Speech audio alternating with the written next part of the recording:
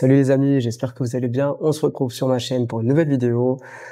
Je sais, ça faisait vraiment très longtemps que j'avais pas fait de vidéo. Là, pour moi, c'est l'occasion de reprendre de manière sereine. Il faut savoir que j'étais quand même pas mal occupé entre mon expatriation, l'administration, le travail, un peu reprendre son rythme et tout, etc. Franchement, j'ai pas arrêté.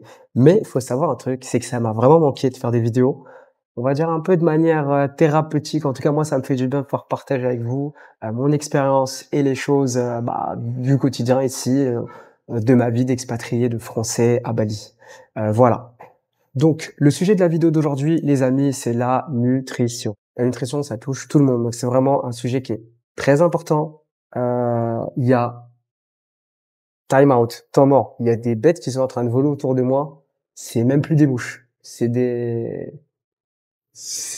quoi ce truc? Bref, la nutrition est un sujet qui est très important, qui va toucher les débutants, les intermédiaires, les confirmés ou les athlètes de haut niveau. Monsieur et madame tout le monde, dans tous les cas, il faut partir du principe que c'est un sujet qui nous intéresse tous. Pourquoi? Parce qu'on aime tous manger. Quel est l'intérêt de se concentrer sur la nutrition et d'apprendre la nutrition dans le domaine sportif ou dans le domaine de la vie de tous les jours? Évidemment, l'un des points importants, c'est de pouvoir optimiser ses résultats. Si des résultats, on va avoir des résultats, avoir un beau rendu visuel, être pas mal et tout, etc., que ce soit pour la prise de masse ou la perte de poids, c'est quand même vachement important de savoir où on en est et ce qu'on fait. D'accord? Et ça fait partie du travail, du processus de transformation. L'autre point aussi de la nutrition, ce n'est pas non plus que de optimiser son physique, mais aussi optimiser aussi son bien-être et se sentir bien dans sa peau. Donc c'est super important de connaître ces valeurs-ci. On va pas rentrer dans les détails de fou parce que je suis ni docteur ni médecin. S'il y avait des gens qui en doutent, mais on va plutôt rentrer dans l'aspect pratique et les bases. J'ai fait déjà 2 vidéos concernant la nutrition, une sur la perte de poids et l'autre sur le jeûne, qui sont très intéressantes. Si le sujet vous intéresse, je vous invite à regarder les vidéos. Allez, c'est parti. Donc, on a nos 3 principaux macronutriments qui sont essentiels au bon fonctionnement de notre corps. Les protéines, les glucides et les lipides. Est-ce que si j'ai pas de protéines, ni de glucides, de lipides, est-ce que je fonctionne toujours aussi bien qu'avant? J'ai envie de vous dire, un peu moins bien. Ah, c'est compliqué quand même, c'est compliqué.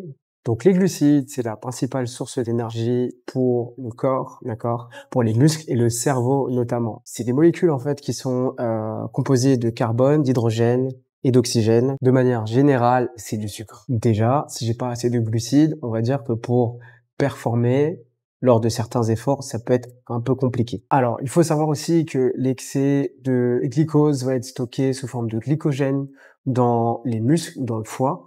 Et en fait, on va s'en servir quand on a besoin d'efforts extra. Ok, donc les excès en glucides sont stockés. Après, attention. Alors, qu'est-ce qui se passe? Si je mange beaucoup d'aliments sucrés, eh ben, ce qui va se passer, c'est que mon corps va commencer en fait à créer une espèce de dépendance et je vais résister de plus en plus au sucre. Je vais commencer à être une sorte de junkie du sucre et je vais en demander, etc. Tous les aliments qui font envie avec du chocolat, mais ils ont rajouté des tonnes de sucre. Tout ça, ça fait mal, les gars. Sachant que tous ces sucres rapides ne sont pas bons pour la santé. Les stocker de manière en grande quantité dans le corps va plutôt provoquer du surpoids, mais aussi des maladies cardiovasculaires comme le diabète. Ce qui est intéressant, c'est que si on a un bon niveau de glucose dans le corps, donc de sucre dans le sang, on peut conserver un certain niveau d'énergie tout au long de la journée. Passons maintenant aux lipides. Bon, j'avoue, le mot lipide, il fait pas du tout rêver. Juste on entend lipide, on dit lipides, liposuction, ouh là là là là là là, ouh là là là, ça sonne pas bon ça. Néanmoins, vous allez voir que c'est utile pour la santé et pour le corps humain. Si ça fait partie des macronutriments essentiels pour notre bon fonctionnement, c'est pour une bonne raison. Alors, les lipides sont des molécules riches en énergie et composées d'acides gras. Certaines vitamines, en fait, qui sont liposolubles, c'est-à-dire que pour les absorber, le corps a besoin de lipides, notamment pour la vitamine A, D, E et K. Les lipides sont aussi très importants pour pouvoir isoler et protéger les organes. Alors, pour les lipides, c'est un peu le même principe que pour les sucres rapides et les sucres lents. On a d'un côté tout ce qui est graisse saturée ou transformée, type les fritures, tous les plats un peu vraiment bien frits, etc., et qui peuvent conduire jusqu'à des maladies cardiovasculaires et qui ne sont pas bons pour le système.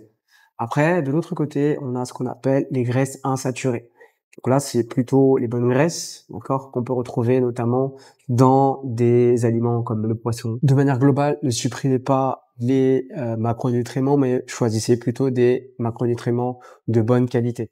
Là, je sais, il y en a certains, ils sont chez eux, ils se disent, hey, Kenny nous fait tourner en rond, il nous a parlé des glucides, il nous a parlé des lipides, on s'en fout, nous on veut juste des gros bras.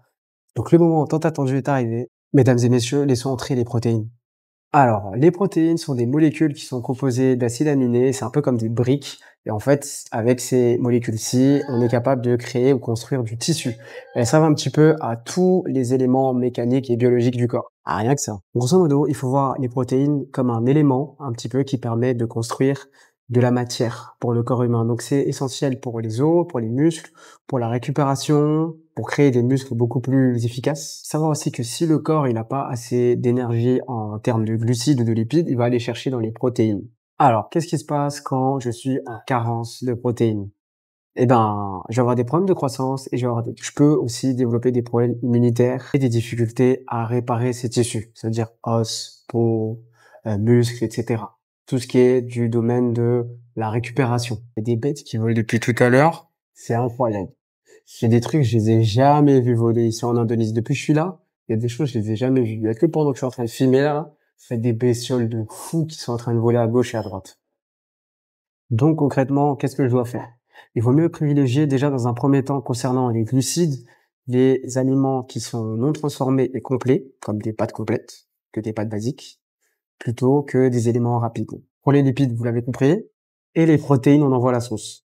Pas oublier aussi les légumes, qui sont des aliments fibreux. Donc c'est très intéressant pour la digestion, pour réduire le cholestérol, éviter la constipation, parce que si on a qui mangent quand on voit beaucoup de protéines, je peux vous dire, faut des légumes derrière. Fou. C'est excellent pour le ventre et ils permettent aussi, du coup, de réduire l'absorption de glucides dans le sang.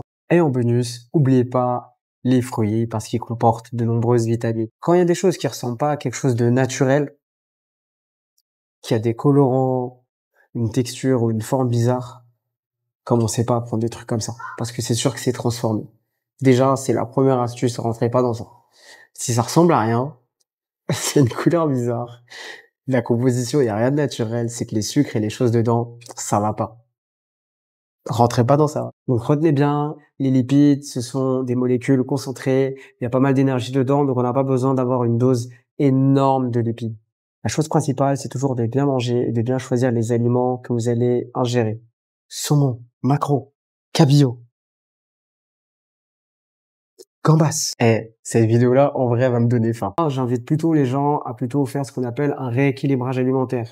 Pour la simple et bonne raison que les gens ont pris des mauvaises habitudes alimentaires et ils doivent réajuster leur alimentation à leur vie actuelle. On se dit à la prochaine pour de nouvelles aventures. Toujours à Bali. Pour mes sportifs, n'oubliez pas, j'ai toujours une application dédiée pour vous suivre et vous aider dans votre progression. Pour plus d'infos, envoyez-moi un message en DM et je vous envoie toutes les infos concernant mon application. Vous pourrez retrouver des challenges, des séances que je vous envoie quotidiennement et vous motiver même à distance. Et n'oubliez pas, commentez, likez, partagez et je vous dis à la prochaine.